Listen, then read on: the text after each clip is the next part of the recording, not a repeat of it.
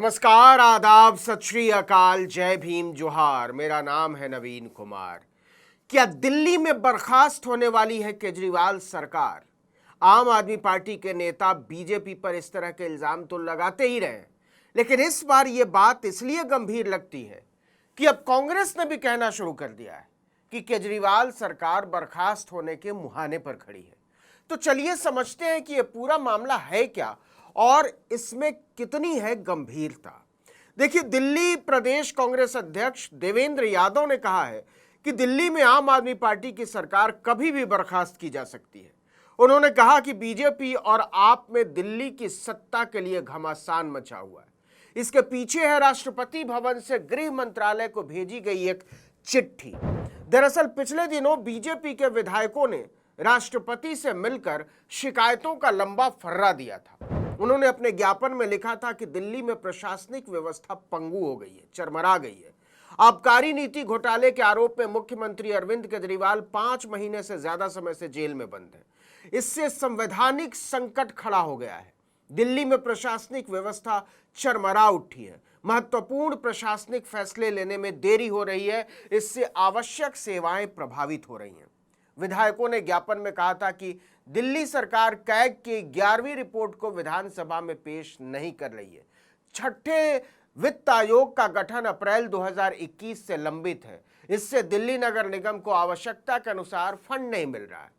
इसके साथ ही आबकारी घोटाला, दिल्ली जल बोर्ड में भ्रष्टाचार और दूसरे आरोपों का जिक्र करते हुए भाजपा विधायकों ने विजेंद्र गुप्ता के नेतृत्व में कहा था कि राजधानी में शासन की बिगड़ती स्थिति के कारण दिल्ली के नागरिकों को मिलने वाली सुविधाएं बाधित हो रही हैं। इसलिए दिल्ली विधानसभा को भंग करके केजरीवाल सरकार को बर्खास्त किया जाए।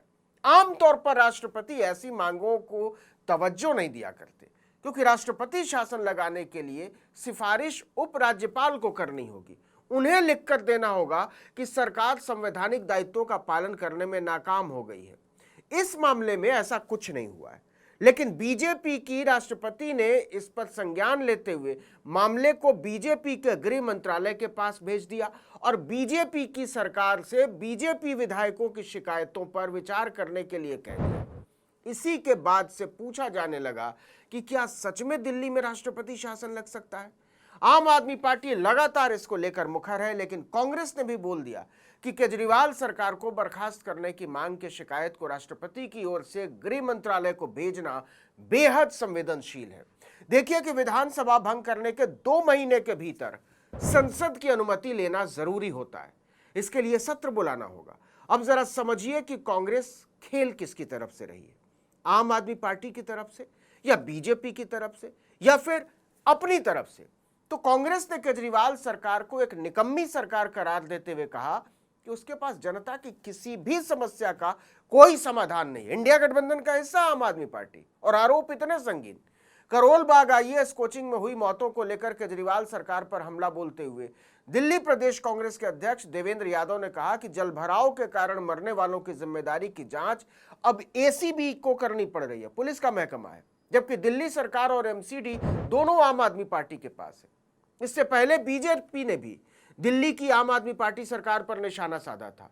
विपक्ष के नेता विजेंद्र गुप्ता ने आम आदमी पार्टी से 10 सवाल पूछे थे और मांग की थी कि वो मुख्यमंत्री केजरीवाल के जेल में रहते हुए लिए गए फैसलों की सूची दिल्ली सरकार पेश करे।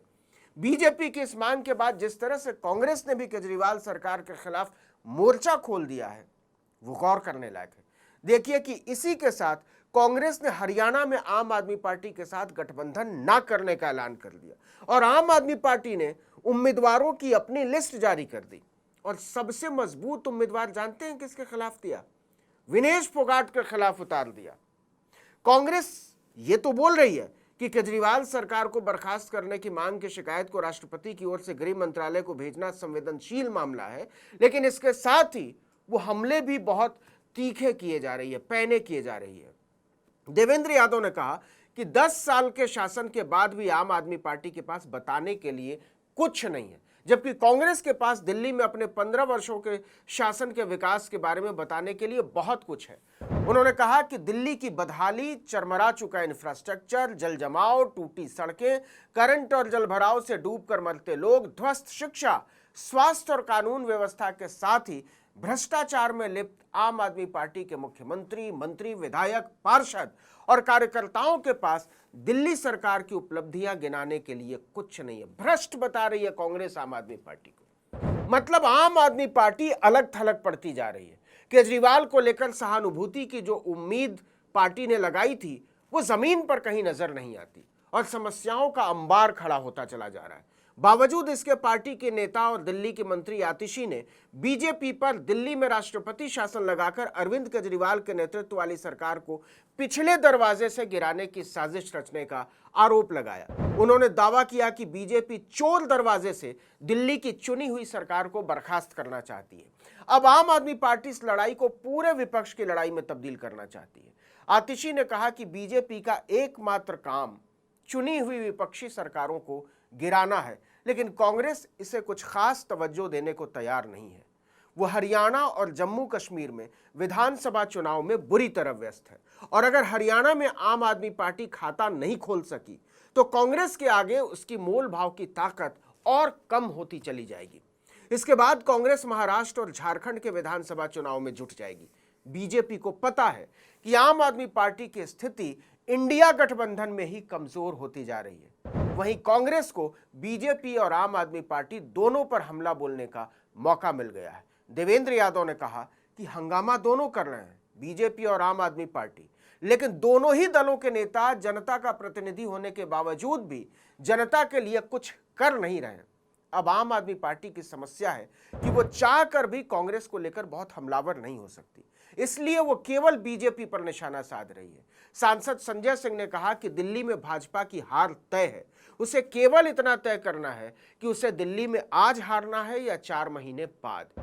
भाजपा चाहती है कि दिल्ली में राष्ट्रपति शासन लागू हो, तो इसका मतलब यह है कि उसकी 4 महीने पहले हारने की मंशा है। संजय सिंह ने कहा कि अगर भाजपा दिल्ली विधानसभा चुनाव में अभी हारना चाहती है तो अभी चुनाव की घोषणा कर दे। आम आदमी पार्टी पीछे नहीं हट रही है। इसका मतलब यह है कि हरियाणा और जम्मू कश्मीर के चुनाव के बाद इंडिया गठबंधन में नई सरगर्मी शुरू हो सकती है। इस वीडियो में इतना ही, लेकिन अगर आपने आर्टिकल 19 इंडिया को अब तक सब्सक्राइब नहीं किया है तो फौरन कर दीजिए, बेल आइकॉन दबाइए, घंटी जैसी आकृति लाइक कीजिए और कमेंट करके बताइए हमारा वीडियो आपको कैसा लगा।